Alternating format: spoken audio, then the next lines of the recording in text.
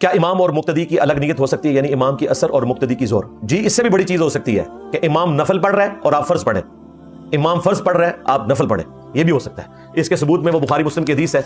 معاذ ابن جبل کہتے ہیں کہ میں رسول اللہ کے پیچھے عشاء کی نماز پڑھتا تھا صلی اللہ علیہ وآلہ وسلم، اور پھر اپنی قوم میں جا کے عشاء میں ان کی امامت کرواتا تھا۔ خود وہ اپنی عشاء پڑھ چکے ہوتے تھے نبی اسلام کے پیچھے، پھر اپنی قوم میں امامت کرتے تھے، اور امام پڑھ رہے 4 نفل اور مقتدی پڑھ رہے 4 فرض پیچھے۔ یہ حدیث بخاری میں بھی ہے، مسلم میں بھی۔ اسی سے محدثین نے رزلٹ نکالا ہے کہ متنفل کے پیچھے فرض والے کی نماز درست ہے۔ امام اور مقتدی کی نیت میں اگر فرق ہو،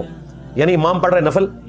مقتدی پڑھ رہے ہیں فرض، امام پڑھ رہے ہیں فرض، مقتدی پڑھ رہے ہیں پیچھے نفل، امام پڑھ رہے ہیں اثر، مقتدی پڑھ رہے ہیں زور پیچھے، یہ فرق ہو سکتا ہے، نماز درست ہوگی۔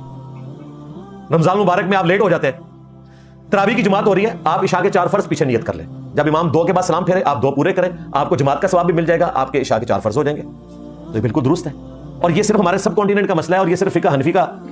ایک پرابلم ہے۔ شیعہ بھی اس کے قائل ہیں، اور اہل سنت میں حنفیوں کو چھوڑ کے باقی سارے قائل ہیں، اہل حدیث بھی قائل ہیں، شافعی بھی قائل ہیں، حنبلی بھی، مالکی بھی۔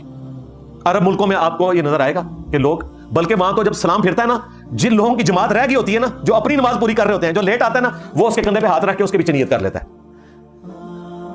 اس کے لیے امام کا یہ ضروری نہیں ہے کہ آپ اس سے پہلے مشورہ کریں، آلریڈی بھی کوئی نماز پڑھ رہا ہے، آپ اس کے کندھے پہ ہاتھ رکھ کے بیچ میں شامل ہو جائیں، آپ کو ثواب مل جائے گا